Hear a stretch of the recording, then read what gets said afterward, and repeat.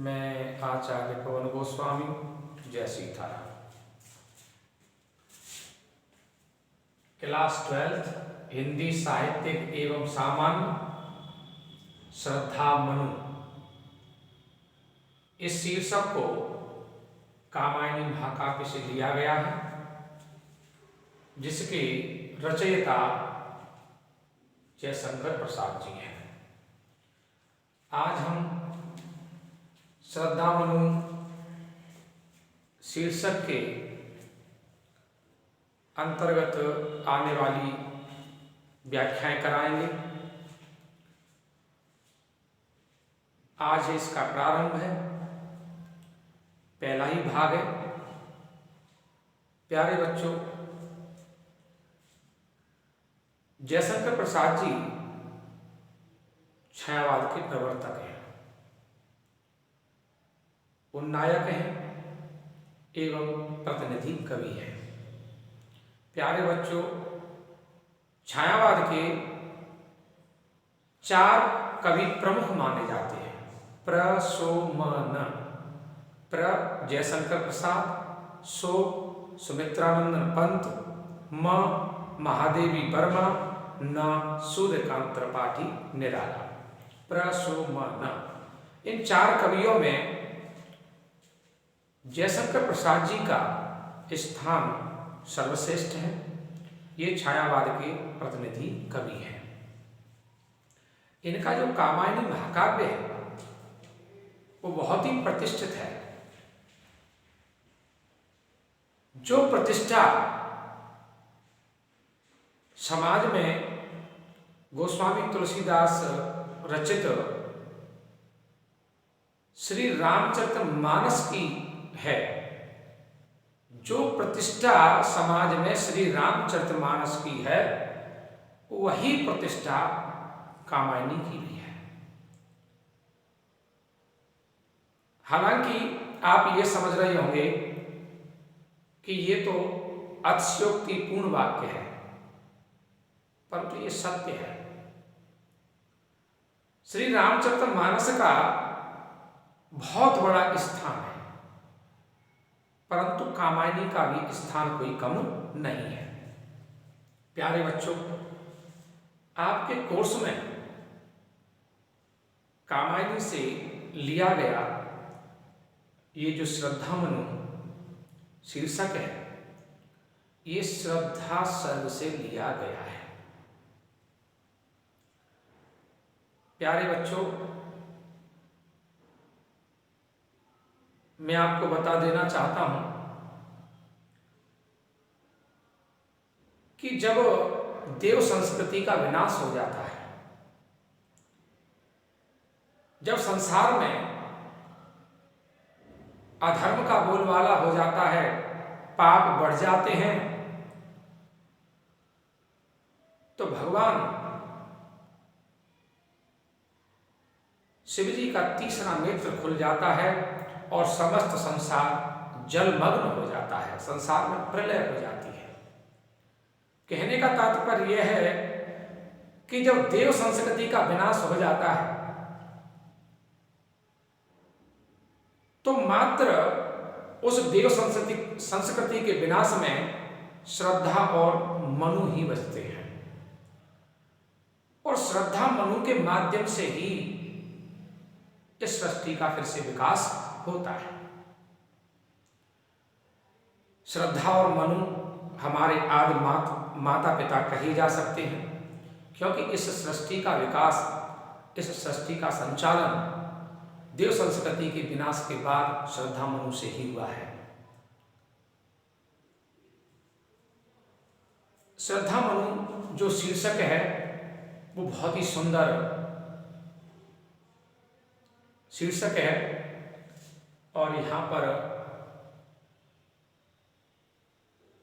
श्रद्धा और मनु के सौंदर्य का वर्णन किया गया है, संस्कृति के विकास का वर्णन किया गया है, और उनके माध्यम से मानव को प्रेरित भी किया गया है। प्यारे बच्चों, जब देव संस्कृति का विनाश हो जाता है, जब संसार में जल प्रलय हो जाती है, कोई नहीं बचता है, तो हिमालय की एक चोटी पर मनु बैठे हैं और दूसरी चोटी पर श्रद्धा बैठी हुई है, लेकिन एक दूसरे को पता नहीं है कि हमारे अलावा कोई दूसरा बचा है कि नहीं बचा है। मनु अपने मन में ये सोच रहे हैं कि मात्र मैं ही बचा हूं, श्रद्धा अपने मन में ये सोच रही है कि मात्र मैं ही बची हूं। धीरे धीरे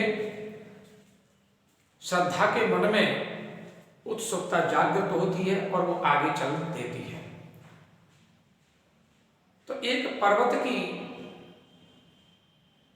चोटी जहां पर बहुत बड़ा एक शिलाखंड है, उस शिलाखंड की छाया के नीचे बैठे हुए नेत्रों से आंसुओं की धारा बह रही है और मनु महाराज संसार की प्रलय को देख रहे हैं। कहा भी गया है,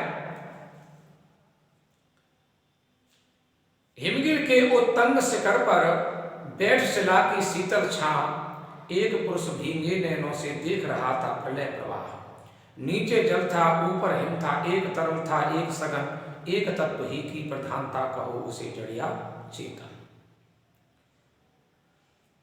जयशंकर प्रसाद जी ने इसे पूर्व में कहा है, परिचय भी दिया है।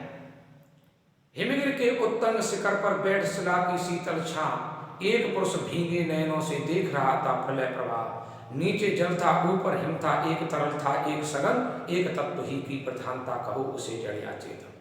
हिमगिर के उत्तंग शिखर पर, हिमालय की ऊंची चोटी पर बैठ शिला की शीतल छां, उस चोटी पर एक बहुत बड़ा शिलाखंड है। उस शिलाखंड की छाया में बैठ करके एक पुरुष भीगे नयनों से देख रहा था प्रलय प्रवाह। एक पुरुष प्रलय की वेदना के कारण जिसके नेत्रों से अश्रुओं की धारा बह रही है और वो अपनी आंखों से प्रलय के प्रभाव को देख रहा है।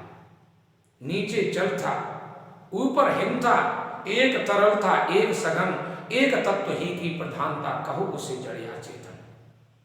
नीचे जल है, ऊपर बर्फ है, हिम है, एक तरल है और एक सघन है, एक तत्व ही की प्रधानता, कहो उसे जड़िया चेतन। प्यारे बच्चों, जयशंकर प्रसाद जी मानवीकरण अलंकार में सिद्धहस्त है। वैसे देखा जाए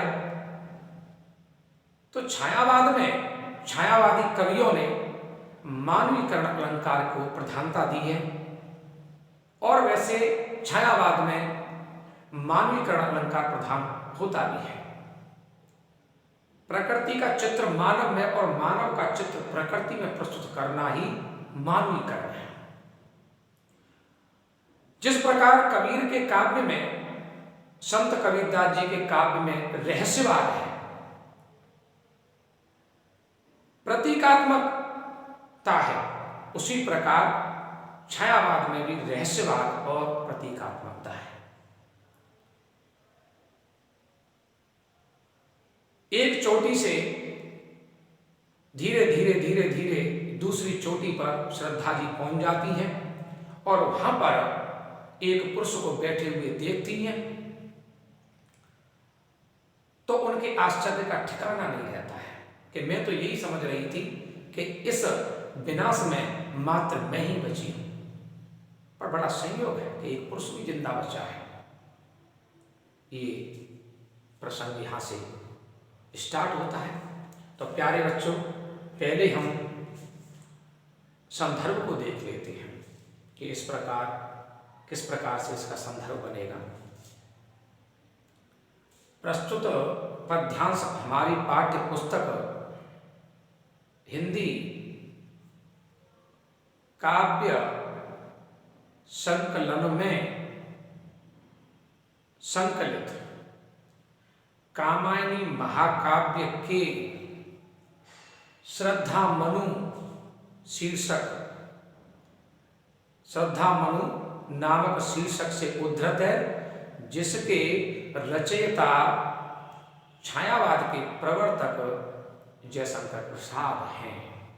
एक बार और देख लेते हैं कि प्रस्तुत पद्यांश हमारी पाठ्य पुस्तक हिंदी काव्य संकलन में संकलित कामायनी महाकाव्य के श्रद्धा मनु नामक शीर्षक से उद्धृत है, जिसके रचयिता छायावाद के प्रवर्तक जयशंकर प्रसाद है। प्यारे बच्चों, अब हम व्याख्या की ओर चलते हैं और व्याख्या कराने से पूर्व मैं आपसे कहना चाहूँगा कि जिन बच्चों ने अभी तक हमारे चैनल को सब्सक्राइब नहीं किया तो सब्सक्राइब कर लें, जिससे कि आपको आने वाली वीडियोज़ की नोटिफिकेशन प्राप्त हो सके। लाइक भी अवश्य करें और जो भी आपकी जानकारी में शेयर भी अवश्य करें। और प्यारे बच्चों, मैं आपसे एक बात और कहना चाहूँगा कि यदि आपको मेरा पढ़ाना पसंद आता है तो ही लाइक करें, और यदि मेरा पढ़ाना पसंद नहीं आता है तो आप डिसलाइक भी कर सकते हैं, कोई दिक्कत नहीं है। तो चलो अब मैं आपको व्याख्या की ओर लिए चलता हूँ। कौन तुम संसत जल निधि तीर, तरंगों से फेंकी मणि एक, कर रहे निर्जन का चुपचाप, प्रभा की धारा से अभिषेक, मधुर विश्रांत और एकांत, जगत का सुलझा हुआ रहस्य, एक करुणामय सुंदर मौन और चंचल मन का आलस्य, एक करुणामय सुंदर मौन और चंचल मन का आलस्य। प्यारे बच्चों, जब श्रद्धा जी एक चोटी से, हिमालय की एक चोटी से दूसरी चोटी पर पहुंचती हैं, अब तक वो ये समझ रही थी कि इस संसार में मात्र मैं ही बची हूं। जब वो दूसरी चोटी पर पहुंच करके जब एक पुरुष को भी देखती हैं तो उनके आश्चर्य का ठिकाना नहीं रहता है, और वो अब कहने लगी कि मैं तो अभी तक यही समझ रही थी कि मैं ही बची हूं, पर यहां पर तो एक पुरुष भी बचा हुआ है। तो यहां पर श्रद्धा और मनु जी का प्रथम दर्शन होते हैं, एक दूसरे के प्रथम दर्शन होते हैं। इसी का वर्णन इस पद्यांश में किया गया है। कौन तुम संसत जलनिध तीर, तरंगों से फेंकी मण एक। श्रद्धा जी मनु महाराज को देख करके कहती है कि कौन तुम, हे पुरुष तुम कौन हो। संसत जलनिध तीर, तरंगों से फेंकी मण एक। संस्कृति संसार, जल निधि, जल और निधि, निधि माने खजाना, जल का खजाना अर्थात समुद्र। संस्कृति संसार या भव, जलनिधि समुद्र। संसत जलनिधि भव सागर, संसत जलनिधि भव सागर, या फिर संसार रूपी समुद्र। संसार रूपी समुद्र, तीर माने किनारा, तरंगों से, लहरों से फेंकी मण एक। मण माने मणि। संसार रूपी समुद्र के किनारे पर लहरों के द्वारा फेंकी हुई एक मणि के समान हे पुरुष तुम कौन हो। श्रद्धा जी मनु जी का परिचय जानना चाह रही है। संसद जलनिध तीर, तरंगों से फेंकी मण एक, कौन तुम। संसार रूपी समुद्र के किनारे पर तरंगों के द्वारा फेंकी हुई एक मणि के समान, हे पुरुष तुम कौन? श्रद्धा जी मनु को देख करके मनु को संबोधित करते हुए कहती हैं कि संसार रूपी समुद्र के किनारे पर लहरों के द्वारा फेंकी हुई एक मणि के समान, हे पुरुष तुम कौन? अर्थात जिस प्रकार से समुद्र की लहरें मणियों को लहरों के माध्यम से किनारे पर फेंक देती है, जिस प्रकार से समुद्र की लहरें मणि को समुद्र के किनारे पर फेंक देती हैं और वह मणि वहां के वातावरण को आलोकित करती है, ठीक उसी प्रकार आप समुद्र की लहरों के द्वारा फेंके हुए, हे पुरुष आप कौन हो? उसी प्रकार, ठीक उसी प्रकार आप समुद्र की लहरों से किनारे पर फेंके हुए मणि के समान, हे पुरुष तुम कौन हो? जो इस वातावरण को आप अपने शरीर की प्रभा से आलोकित कर रहे हैं, सुशोभित कर रहे हैं। यहां पर मणि से तुलना मनु महाराज की क्यों की? क्योंकि मनु महाराज अत्यंत सुंदर हैं और गौरवर्णीय हैं और दिव्य अलौकिक होने के कारण उनके शरीर से एक प्रभा फूट रही है, कांति फूट रही है, इसलिए उनकी तुलना मणि से की गई है। कर रहे निर्जन का चुपचाप प्रभा की धारा से अभिषेक। निर्जन, निर्जन शून्य, नीरव या एकांत, कर रहे निर्जन का चुपचाप। आप चुपचाप बैठकर इस निर्जन स्थान पर प्रभा की धारा से अभिषेक, आप अपने शरीर की कांति की किरणों से सुशोभित कर रहे हैं, कर रहे हैं। अभिषेक माने सुशोभित करना। प्रभा की धारा शरीर से निकलने वाली कांति की किरणें, कांति की किरणें। कर रहे निर्जन का चुपचाप प्रभा की धारा से अभिषेक। आप इस निर्जन स्थान पर चुपचाप बैठे हुए, कर रहे निर्जन का चुपचाप, आप चुपचाप बैठे हुए इस निर्जन स्थान पर प्रभा की धारा से अभिषेक।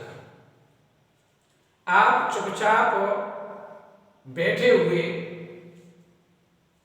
इस एकांत स्थान पर अपने शरीर की कांति की किरणों से इस वातावरण को सुशोभित कर रहे हैं।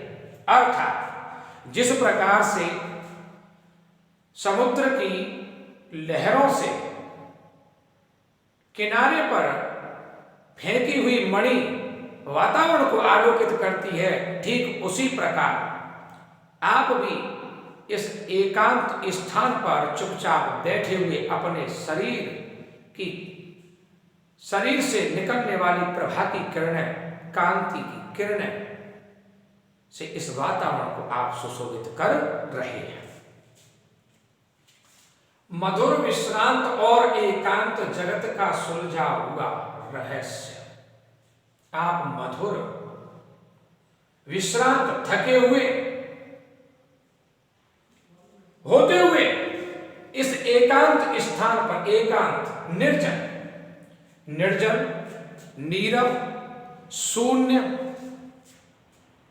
और एकांत, यही बात है। एकांत, निर्जन, शून्य, नीरव, एक ही बात है।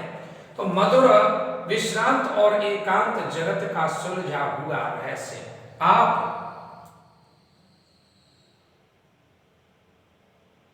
विश्रांत, आप थके हुए हैं और मधुर हैं।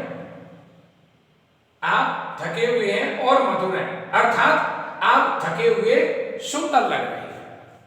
मधुर विश्रांत, आप थके हुए सुंदर लग रहे हैं और एकांत जगत का सुलझा हुआ रहस्य, और इस एकांत में चुपचाप बैठे हुए संसार के सुलझे हुए रहस्य की भांति प्रतीत हो रहे हैं।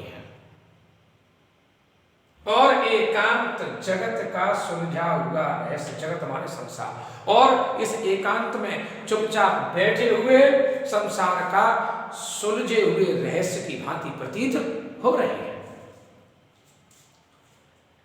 एक करुणा में सुंदर मौन और चंचल मन का आलस्य। आप की सुंदरता और मौन करुणा से परिपूर्ण है, दया से परिपूर्ण है। एक करुणा में सुंदर मौन, आपकी सुंदरता और मौन भाव करुणा से या दया से परिपूर्ण है। और चंचल मन का आलस्य, और आपका चंचल मन आलस्य से भरा हुआ है। और चंचल मन का आलस्य, और आपका जो चंचल मन है वो आलस्य से भरा हुआ है, आलस्य से परिपूर्ण है, आलस्य से भरा हुआ प्रतीत हो रहा है। प्यारे बच्चों, अब हम कौन तुम मन का आलस्य तक जो पद्यांश है उसके काव्य सौंदर्य की ओर आपको लिए चलते हैं। प्यारे बच्चों, जो मैं आपको काव्य सौंदर्य बताने जा रहा हूं वो पूरे चैप्टर का वही की वही काव्य सौंदर्य रहेगा। मात्र अलंकार बदलते रहते हैं, तो उन्हें मैं साथ साथ बताता जाऊंगा। और कभी कभी रस में भी बदलाव हो जाता है, और कभी कभी गुण में भी बदलाव हो जाता है, और कभी कभी शब्द शक्ति में बदलाव हो जाता है। तो जिस चीज में यदि बदलाव होगा तो मैं उन्हें साथ साथ बताता जाऊंगा, लेकिन पूरे काव्य सौंदर्य को प्रत्येक पद्यांश में नहीं बताऊंगा। तो आप एक बार काव्य सौंदर्य को देख लेते हैं। तो काव्य सौंदर्य के अंतर्गत रस, रस यहां पर श्रृंगार है। छंद, 16 मात्राओं का श्रृंगार ही छंद है। अलंकार, अलंकार यहां पर संसद जननिध, संसार रूपी समुद्र रूपक अलंकार है। रस कौन सा बताया मैंने? श्रृंगार रस। छंद कौन सा बताया? 16 मात्राओं वाला श्रृंगार छंद, 16 मात्राओं वाला श्रृंगार छंद। अलंकार कौन सा हो गया? रूपक अलंकार। भाषा,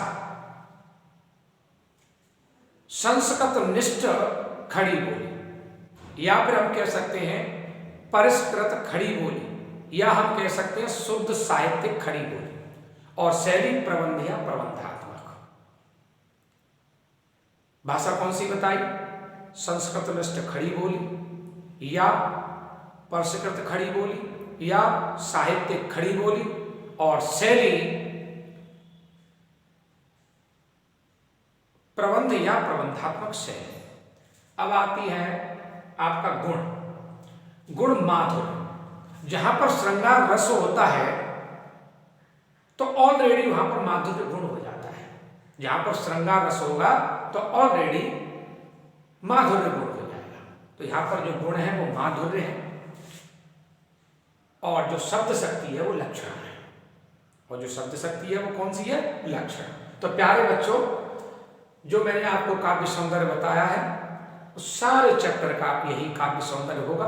अलंकार बदलते रहेंगे, मैं उसको साथ साथ बताता जाऊंगा। और रस में और गुण में और शब्द शक्ति में भी मुझे यदि बदलाव दिखाई देगा तो मैं उसको भी साथ साथ बताता जाऊंगा। अब हम आगे चलते हैं।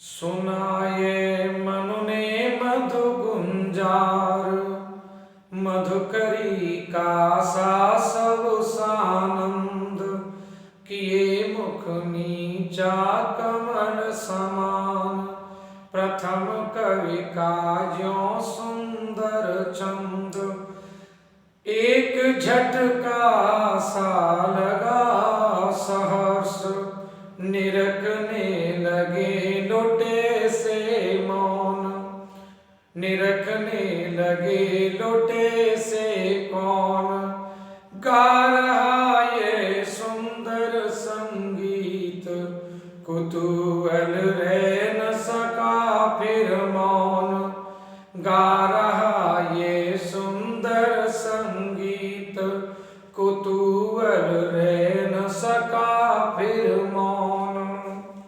प्यारे बच्चों, सुनाए मनु ने मधु गुंजार, मधुकरी कासा जब सानंद। जब मनु महाराज ने श्रद्धा के मुंह से जब मधुर शब्दों की गुंजार सुनी, सुनाए मनु ने मधु गुंजार। जब मनु महाराज ने श्रद्धा जी के मुंह से जब मधुर गुंजार को सुना, मधुर स्वर की गुंजार को सुना, तो मधुकरी का सा जब सानंद, मधुकरी का सा जब सानंद। मधुकरी, मधुकर माने भ्रमर या भौरा, और मधुकरी माने भौरी या भ्रमर। क्योंकि अब तक यानी यहां पर कौन कह रही है? श्रद्धा जी कह रही है, तो इसलिए यहां पर भ्रमरी से तुलना की गई है। अतः मधुकरी का सा जब सानंद, मधुकरी का सा में उपमा अलंकार है।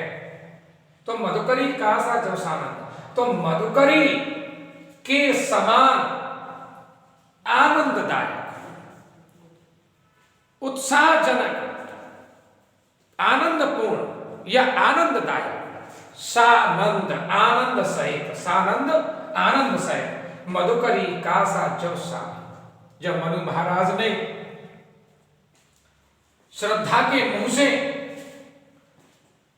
भ्रमरी के समान आनंददायक भनवन की मधुर गुंजार को सुना, आहा, सुनाए मनु ने मधु गुंजार, मधुकरी का सा जब सानंद। जब मनु महाराज ने श्रद्धा जी के मुंह से भ्रमरी के समान आनंददायक भनवन की मधुर गुंजार को सुना, किए मुख नीचा कमल समान, प्रथम कवि का जो सुंदर छंद। आह, प्यारे बच्चों, आप जानते हैं कि जब कोई नायिका नायक से प्रथम बार मिलती है या उसका पहली बार मिलन होता है,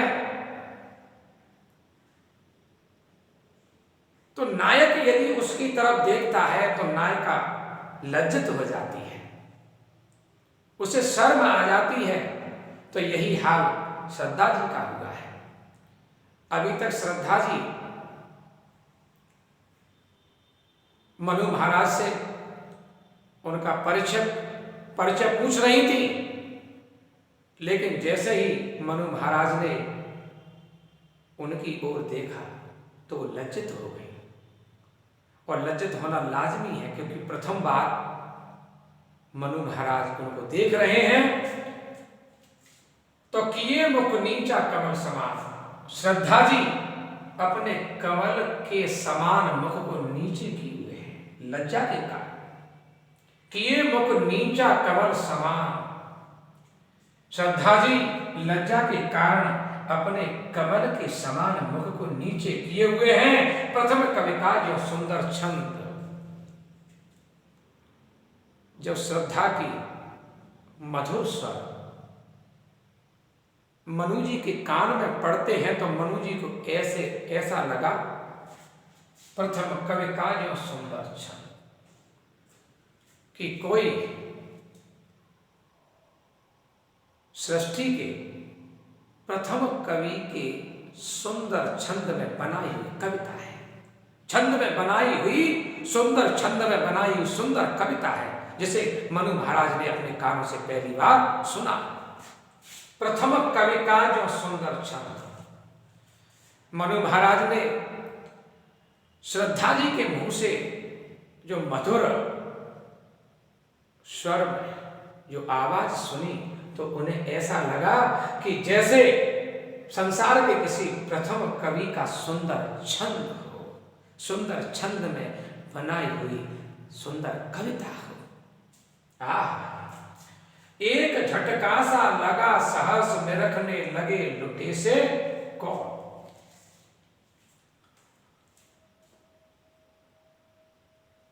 श्रद्धा जी की सुंदरता को देख करके मनु महाराज को एक सहर्ष, हर्ष सहित प्रसन्नता पूर्वक एक सुख का झटका लगा, खुशी का झटका लगा। एक झटका सा लगा सहर्ष, जब मनु जी ने श्रद्धा जी को देखा, सहर्ष, हर्ष सहित, प्रसन्नता सहित, हर्ष सहित, हर्ष पूर्वक मनु जी को एक प्रसन्नता का झटका सा लगा, झटका लगा। निरखने लगे लुटे से कौन, और श्रद्धा की ओर मनु लुटे हुए की तरह देखने लगे। निरखने लगे लुटे से कौन, निरखना माने देखना, और मनु जी श्रद्धा की ओर लुटे हुए की तरह देखने लगे, अर्थात ऐसे देख रहे हैं कि मानो श्रद्धा जी ने मनु जी को लूट लिया, उनके यौवन वैभव को लूट लिया। गा रहा यह सुंदर संगीत कुतूहल रह न सका फिर मौन। और मनु जी सोचने लगे कि यह सुंदर संगीत कौन गा रहा है, गा रहा यह सुंदर संगीत, और इस सुंदर संगीत को कौन गा रहा है, कुतूहल रह न सका फिर मौन। और जो मनु महाराज को जो आश्चर्य हुआ है, क्योंकि अब तक मनु महाराज भी यही सोच रहे थे कि संसार में मैं ही बचा हूं, तो वो कुतूहल भरी, आश्चर्य भरी नजरों से श्रद्धा को देख रहे हैं, और अब तक वो मौन बैठे हुए थे, अब मौन रहना उनकी सीमा से बाहर होने लगा। कुतूहल रह न सका फिर मौन, और जो मनु जी का जो आश्चर्य है, अब वह मौन रहना नहीं चाहते हैं, अब वो मौन की सीमा से बाहर निकलना चाहते हैं, वो मौन नहीं रह सकेंगे, अर्थात कुछ बोलने के लिए उत्सुक होने लगे। प्यारे बच्चों, मधुकरी का सा इसमें उपमालंकार है, कमल समान यहाँ पर भी उपमालंकार हो जाएगा, और यह सुंदर संगीत, सुंदर संगीत यहाँ पर अनुप्रास अलंकार हो जाएगा, और रस वही श्रृंगार रस रहेगा, गुण माधुर्य रहेगा, और शब्द शक्ति यहाँ पर ऊपर वाले पद्यांश में लक्षणाति, और यहाँ पर लक्षणा के साथ अभिधा भी है। ठीक, अब आगे चलते हैं। और देखा वह सुंदर दृश्य नयन का इंद्रजाल अभिराम, कुसुम वैभव में लता समान, चंद्र का से लिपटा घनश्याम, हृदय की अनुकत बाहि उदार, एक लंबी काया उन्मुक्त, मधुपवन क्रीड़ित ज्यों शिशुशाल, सुशोभित हो सौरभ संयुक्त। आहा, और देखा वह सुंदर दृश्य नैन का इंद्रजाल अभिरा। प्यारे बच्चों, मनु महाराज ने श्रद्धा के रूप में सुंदर दृश्य सामने देखा, और देखा वह सुंदर दृश्य। मनु जी ने श्रद्धा जी के रूप में अपने सामने सुंदर दृश्य को देखा, नैन का इंद्रजाल अविरा। उन्हें ऐसा लग रहा है कि उनके नेत्रों के सामने कोई सुंदर जादू उत्पन्न हो गया। अविरा माने सुंदर, इंद्रजाल माने जादू। नयन का इंद्रजाल अविरा, तो उन्हें ऐसा लग रहा है कि मेरे नेत्रों के सामने कोई सुंदर जादू उपस्थित हो गया, प्रस्तुत हो गया, कोई सुंदर जादू दिखाई दे रहा है। कुसुम वैभव में लता समान, चंद्रिका से लिपटा घनश्याम। आहा, कुसुम वैभव, कुसुम माने फूल, वैभव माने ऐश्वर्य, फूलों का ऐश्वर्य। अर्थात हम ये भी कह सकते हैं कि फूलों से लदी हुई। लता माने बेल, फूलों से लदी हुई, फूलों से लदी हुई, फूलों से लदी हुई बेल के समान, फूलों से लदी हुई बेल के समान, चंद्रिका से लिपटा घनश्याम। मानो चंद्रमा की चांदनी से कोई काला बादल लिपटा हुआ हो, कोई बादल का, काले बादल का कोई टुकड़ा लिपटा हुआ हो। आहा, घनश्याम, घनश्याम माने काला बादल, और चंद्रिका माने चांदनी, चंद्रमा की चांदनी। कुसुम वैभव में लता समान, चंद्रिका से लिपटा घनश्याम। मनु जी को अपने सामने खड़ी हुई श्रद्धा ऐसी लग रही है कि फूलों से लदी हुई बेल के समान, मानो कोई चंद्रमा की चांदनी से काले बादल का कोई टुकड़ा लिपटा हुआ हो, काला बादल लिपटा हुआ। वाह, क्या कहें, कितनी बड़ी उपमा दी है। हृदय की अनुकृत बाय उदार, एक लंबी काया उन्मुक्त। उन्मुक्त, हृदय की अनुकृत बाय उदार। अनुकृति माने प्रतिकृति या नकल, प्रतिकृति या नकल या बनावट, बनावट। हृदय की अनुकृत बाय उदार। श्रद्धा जी की जो शारीरिक बनावट है, शारीरिक प्रतिकृति है, वो हृदय से उदार दिखाई दे रही है, प्रतीत हो रही है। हृदय की अनुकृत बाय उदार, हृदय की जो प्रतिकृति है, प्रतिकृति जो नकल है, जो बनावट है, जो हृदय की बनावट है, वो बाहरी रूप से उदार प्रतीत हो रही है। हृदय की अनुकृति बाय उदार, हृदय की अनुकृति बाहरी रूप से उदार प्रतीत हो रही है। एक लंबी काया उन्मुक्त, और जो श्रद्धा जी की जो काया है, जो शरीर है, वो कैसा है, लंबा है, उन्मुक्त, स्वतंत्र है। एक लंबी काया उन्मुक्त। श्रद्धा जी का जो शरीर है वो लंबा है, और बाहरी दृष्टि से देखने पर उन्मुक्त, स्वतंत्र भी प्रतीत हो रहा है। मधु पवन क्रीडित ज्यों शिशु सार सुशोभित हो सौरभ संयुक्त। मधुपवन, मधुपवन वसंत ऋतु की हवा में खेलता हुआ, बसंत मधुपवन वसंत ऋतु की हवा में क्रीडित खेलता हुआ शिशु साल, शिशु साल, साल का छोटा पौधा। साल का कोई बच्चा तो होता नहीं, बच्चे तो मानव पशु पक्षियों के होते हैं, तो यहाँ पर कोई पेड़ का बच्चा तो होगा नहीं, तो शिशु साल का मतलब होगा साल का छोटा पौधा। शिशु साल माने साल का छोटा पौधा।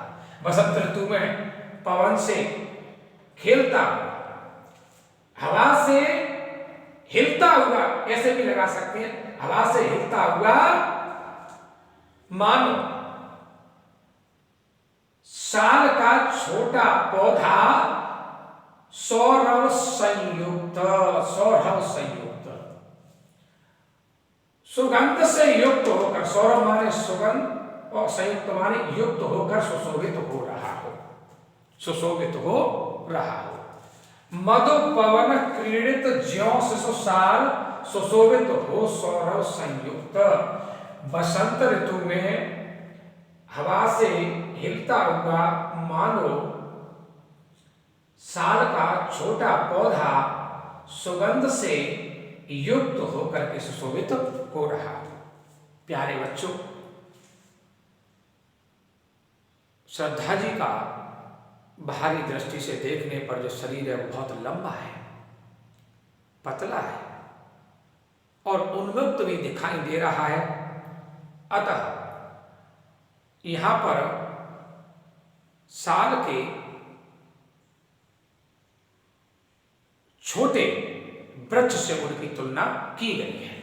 अतः यहां पर उपमा अलंकार हो जाएगा और यहाँ पर कुसुम वैभव में लता समान चंद्रिका से लिपटा घनश्याम, यहाँ पर भी उपमा अलंकार हो जाएगा और सौरभ संयुक्त में यहाँ पर अनुप्रास अलंकार हो जाएगा और आपका जो रस है वो श्रृंगार ही रहेगा, गुण माधुर्य ही रहेगा और शब्द शक्ति यहाँ पर लक्षणा हो जाएगी, वही लक्षणा रहेगी। अब आगे देखते हैं। मृषण गंधार देश के नील रोम बाले मेषों के चर्म। मृषण गंधार देश के नील रोम बाले मेषों के चर्म। ढक रहे थे उसका बपुकांत, बन रहा था वह कोमल वर्म। ढक रहे थे उसका बपुकांत, बन रहा था वह कोमल वर्म। आहा, देखिए यहां पर पूर्व के पद्यांश में और इस पद्यांश में भी सुंदरता का वर्णन किया गया है और श्रद्धा जी के पहनावे का भी मनोहारी चित्रण किया गया है। मृषण गंधार देश के नील रोम वाले मेषों के चरण, ढक रहे थे उसका बपुकांत, बन रहा था वह कोमल वर्म। मृषण गांधार देश के नील, मृषण माने चिकना, मुलायम या कोमल, मुलायम कोमल या चिकना। गांधार देश के, गांधार देश के नील रोम वाले मेषों के चर्म। गांधार देश में पाई जाने वाली, गांधार देश के, गांधार देश में पाई जाने वाली मृषण माने चिकनी, नील रोम वाले, नीले बालों वाले भेड़ों के, मेषों, मेषों माने भेड़ों के चमड़ी से बनाए हुए वस्त्र। बनाए हुए वस्त्र ढक रहे थे उसका बप कांत। श्रद्धा जी के सुंदर, कांत माने सुंदर, बप माने शरीर को ढके हुए थे, ढके हुए थे। बन रहा था वह कोमल वर्म, और वह वस्त्र श्रद्धा जी का कोमल कवच बना हुआ था। वर्म, वर्म माने कवच, बन रहा था वह कोमल वर्म। मृषण गांधार देश के नील रोम वाले मेषों के चर्म ढक रहे थे उसका बपकांत, बन रहा था वह कोमल वर्म। गांधार देश में पाई जाने वाली चिकनी नीले बालों वाले भेड़ों की चमड़ी से बने हुए वस्त्र श्रद्धा जी के सुंदर शरीर को ढके हुए थे, जो एक प्रकार का कोमल सुरक्षा कवच बना हुआ था, कोमल सुरक्षा कवच प्रदान किए हुए थे। गांधार देश में पाई जाने वाली चिकनी नीले बालों वाले भेड़ों की चमड़ी से बने हुए वस्त्र श्रद्धा जी के सुंदर शरीर को ढके हुए थे, जो एक कोमल सुरक्षा कवच बने हुए थे, कोमल सुरक्षा कवच प्रदान कर रहे थे। प्यारे बच्चों, ये आपका जो चैप्टर है वो बहुत ही महत्वपूर्ण है, वेरी मोस्ट इंपॉर्टेंट है। मैं आपसे आशा करता हूं कि मैंने जो व्याख्या कराई है उसे आप कंठस्थ कर लेंगे। प्यारे बच्चों, आज हमने भाग 1 कराया, भाग 1 के अंतर्गत आने वाली व्याख्याओं को कराया। अब हम अगले राउंड में भाग 2 के अंतर्गत आने वाली व्याख्याओं को कराएंगे। आज के लिए बस इतना ही। आप सभी को जय सीताराम।